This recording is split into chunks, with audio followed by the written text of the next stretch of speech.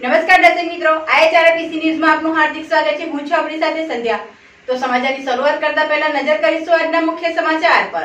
ભરૂચના દ્વારકાધીશમાં છૂટતી કાચની બોટલ મારવાના પ્રકરણમાં આખરે ગુનો દાખલ. ભાજપના યુવા ઉપપ્રમુખ સહિત ટોળા સામે હત્યાના પ્રયાસનો ગુનો દાખલ. ભરૂચમાં ખાનગી કંપનીના આસિસ્ટન્ટ મેનેજર મહિલા ઘરેથી કચરો નાખવા નીકળતા 60,000ની ચેન ગુમાવી. મોટરસાયકલ ઉપર આવેલા 3 દુકાનદારીઓ ચેન જૂટવી ગયા હોવાની ફરિયાદ નોંધાઈ. અંકલેશ્વરમાં 1 કરોડ ઉપરાંતના વિદેશી દારૂના જથ્થા ઉપર બુલડોઝર ફેરવાયું. જૂના બોરબાના બેડ ગામે 2 જૂથ વચ્ચે અથડામણમાં સામસામે ફરિયાદ નોંધાઈ. ભરૂચ એ ડિવિઝન પોલીસ મથકમાં ફરિયાદી તેજલબેન સુરેશભાઈ પટેલ રહે આનંદનગર સોસાયટી અંબિકાનગર પાસે ભરૂચનાઓ પોતાના ઘરેથી વહેલી સવારે કચરો નાખવા રોડ ક્રોસ કરી જઈ રહ્યા હતા. ત્યારે સિદ્ધાર્થનગર તરફથી એક મોટરસાયકલ ઉપર 3 અજાણ્યા ઈસમો કે જેઓએ મોઢા ઉપર કાળા કલરના કપડાનો ટુકડો બાંધેલ હોય તેઓએ અચાનક ફરિયાદી પાસે આવી તે કચરો નાખવા જાય તે પહેલાં જ તેના ગળામાં રહેલ સોનાની ચેન જૂટવી ખેંચી ભાગી જતા મહિલાએ બૂમાબૂમ કરી મૂકી હતી અને તાત્કાલિક નજીકના એ ડિવિઝન પોલીસ મથકે પહોંચી જઈ અજાણ્યા લૂંટારુઓ સામે 60,000ની લૂંટની ફરિયાદ નોંધાવી હતી. પોલીસે ગુનો દાખલ કરી અજાણ્યા લૂંટારુઓનું પગેડું મેળવવાના પ્રયાસ કરવા સાથે આસપાસના સીસીટીવી ફૂટેજ પણ ચેક કરવાની કવાયત કરી છે. ભરૂચ સી ડિવિઝન પોલીસ મથકમાં ઇજાગ્રસ્ત ફરિયાદી પ્રદીપ કલવાણીએ કે જેઓ પાનની દુકાન રેસ્ટોરન્ટ નજીક ધરાવે છે તેઓએ આક્ષેપ કર્યો છે કે ફરિયાદી સાથે અન્ય એક ઇજાગ્રસ્ત હસમુખ રાવળ અને વિપુલ બારિયા 3 જણા પાનના ગલ્લા ઉપર હાજર હતા. તે વખત દ્વારકાધીશ હોટલના પાર્કિંગમાં આશરે રાત્રિના સમયે 12 થી 14 લોકોનું ટોળું ધસી આવ્યું હતું, જેમાં હસમુખ ઝઘડો અટકાવવાના પ્રયાસ કર્યા હતા, પરંતુ ઉશ્કેરાયેલા ટોળામાંથી ફરિયાદીને લાફો મારી દીધેલ અને પાછળથી અન્ય લોકોએ પણ મારામારી શરૂ કરી હતી, જેમાં પ્રજ્ઞેશ પટેલ, જય ચૌહાણ પણ આવી ગયા હતા. આવી ગયેલ દરમિયાન તે વખતે પ્રજ્ઞેશ પટેલ અને જય ચૌહાણ પણ આવીને ઝઘડો કર્યો હતો. નજીકમાં રહેલી સોડાની બોટલો છૂટી મારવા લાગેલ, જેમાં કાચની 2 બોટલ હસમુખભાઈને ફરિયાદીને વાગતા માથાના ભાગે ચામડી ફાટી લોહીના ફુવાડા ઉડ્યા હતા. લોહીથી લથપથ સારવાર માટે ભરૂચ સિવિલ હોસ્પિટલ ખાતે ખસેડવામાં આવ્યા હતા અને અન્ય ટોળાએ પણ અંદર રહેલા લોકોએ પણ એકનું ગળું દબાવી ઝાડ પાસે ખેંચી લઈ જઈ હત્યા કરવાના પ્રયાસો કર્યા હોય તેવો વિડીયો સ્થાનિકોએ કેદ કરી વાયરલ કર્યો હતો, જેને લઈ હુમલાખોર પ્રજ્ઞેશ પટેલ, જય ચૌહાણ, કરણ પાટણવાડિયા તથા બીજા અજાણ્યા 12 થી 14 લોકોના નામથા વગરનાઓ સામે વાયરલ વિડીયોના આધારે ગુનો દાખલ કરવામાં આવ્યો છે અને હત્યાના પ્રયાસનો ગુનો દાખલ કરાયો છે. અંકલેશ્વર બી ડિવિઝન પોલીસ મથકમાં ફરિયાદી વિપુલ ઉર્ફે સચિન પટેલે ફરિયાદ નોંધાવી છે, જેમાં તેઓએ આક્ષેપ કર્યો છે કે સાંજના સમય જૂના બોરભાઠાના સ્મશાન પાસે બેઠા હતા અને અમારી સાથે મિત્ર ભાવેશ તથા કિશન પણ હાજર હતા. તે દરમિયાન મોટરસાયકલ ચાલકો પોતાની મોટરસાયકલ સ્પીડમાં દોડાવી રહ્યા હોય તેમને ટોકતા તેઓએ ઝઘડો કરવાનો પ્રયાસ કર્યો હતો અને ત્યારબાદ મોટરસાયકલ ચાલકો અન્ય લોકો સાથે ધસી આવ્યા હતા અને ફરિયાદી તથા તેની સાથે બેઠેલા ભાવેશ અને કિશને મારવા લાગ્યા હતા, જેમાં હુમલાખોર શાહરૂખ, જાવેદ ખાન તથા નાઝીમ, સૈયદ ખાન તેમજ અન્ય એક અજાણ્યો મળી 3 લોકોએ હુમલો કરતા માથાના ભાગે ઈજાઓ થઈ હતી અને સારવાર અર્થે ભરૂચ સિવિલ હોસ્પિટલ ખાતે ખસેડવામાં આવ્યા હતા. તો સામે પક્ષમાં પણ નાઝીમ, સૈયદ ખાનનાઓએ ફરિયાદ નોંધાવી છે, જેમાં તેઓએ પણ આક્ષેપ કર્યો છે કે મોટરસાયકલ લઈ મિત્રો સાથે સ્મશાન ઘાટ ઉપર ફરવા ગયા હતા. સ્મશાન નજીક બેઠેલા કેટલાક લોકોએ તેમને ઊભા રાખી ઝઘડો કરવાનું શરૂ કર્યો હોય તેવો આક્ષેપ કર્યો હતો અને ત્યારબાદ મારામારી થતાં બંને નાઝીમ, સૈયદ તથા તેની સાથે રહેલા અન્ય ઈસમને પણ ઈજા થઈ હોય, જેના કારણે તેમને પણ સારવારથી ખસેડવામાં આવ્યા હતા.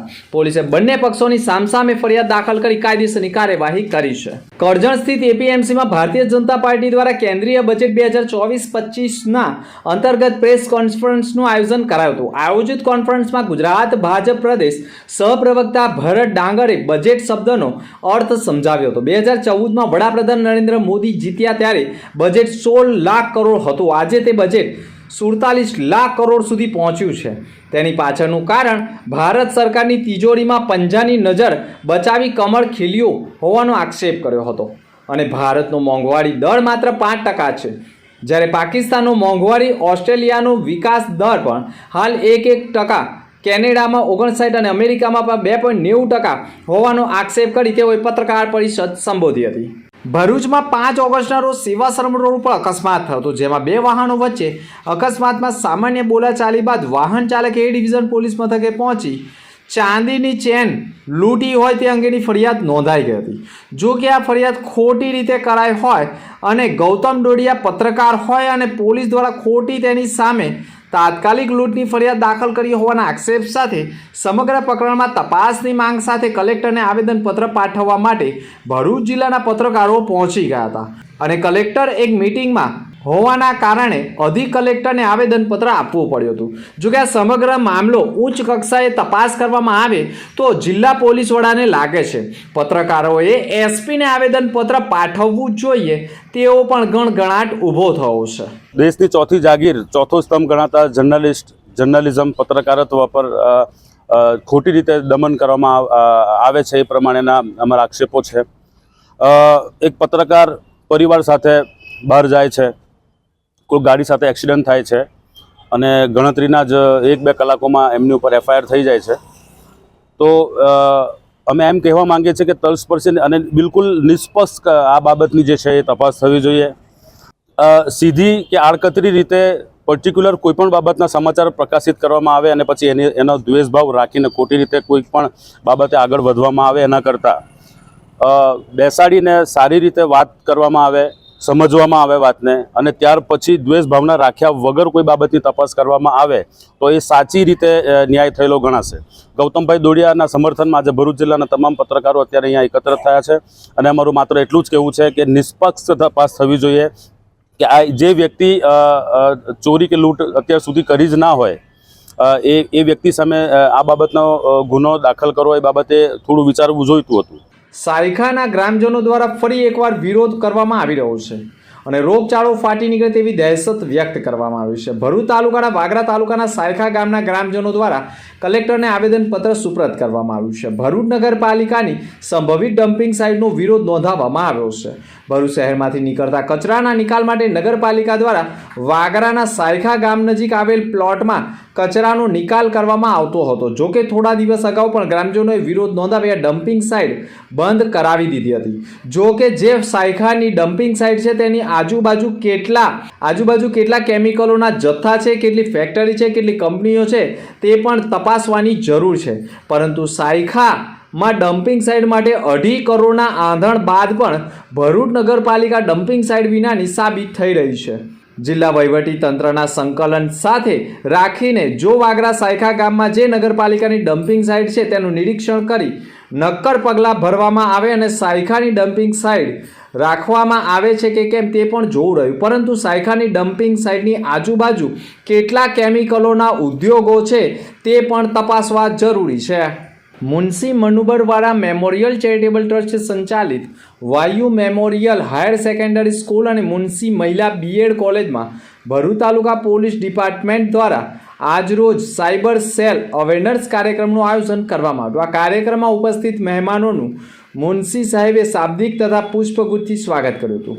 આ કાર્યક્રમમાં સાયબર ક્રાઇમ પોલીસ સ્ટેશનના કોન્સ્ટેબલ સુલતાનભાઈ, કોન્સ્ટેબલ સોહેલ રાજ, કોન્સ્ટેબલ મલકેશભાઈ ગોહિલ તથા વારાફરતી સાયબર સેલ બાબતે કઈ કાળજી રાખવી, કયા પગલાં લેવા, કઈ સાવચેતી રાખવી તેના ઉપર માર્ગદર્શન આપ્યું હતું. અને કોન્સ્ટેબલ સુલતાનભાઈએ પણ સાયબર સેલ અવેરનેસને પીપીટી દ્વારા સમજાવી હતી.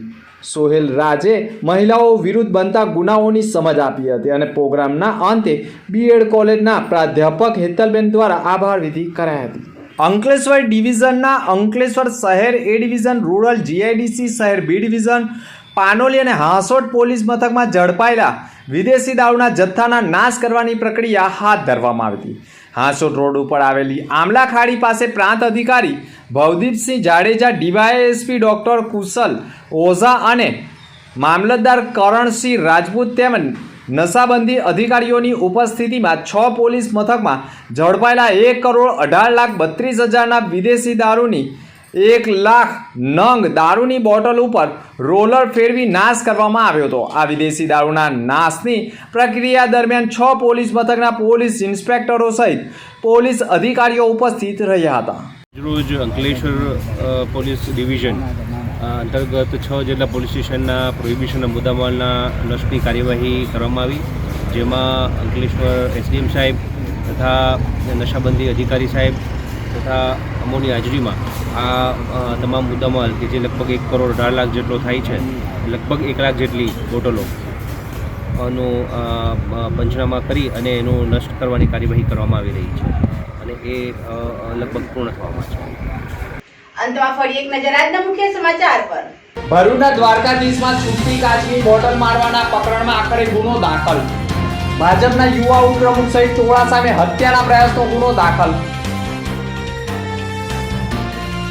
ભરૂચમાં ખાનગી કંપનીના આસિસ્ટન્ટ મેનેજર મહિલા ઘરેથી કચરો નાખવા નીકળતા 60,000ની ચેન ગુમાવી. મોટરસાયકલ ઉપર આવેલા 3 બુકાનીધારીઓ ચેન જૂટવી ગયા હોવાની ફરિયાદ નોંધાઈ. અંકલેશ્વરમાં 1 કરોડ ઉપરાંતના વિદેશી દારૂના જથ્થા ઉપર બુલડોઝર ફેરવાયું. જૂના બોરબાના બેડ ગામે 2 જૂથ વચ્ચે અથડામણમાં સામ સામે ફરિયાદ નોંધાઈ. તો આ હતા અત્યાર સુધીના સમાચાર. નવા સમાચાર સાથે ફરી મળીશું. નમસ્કાર.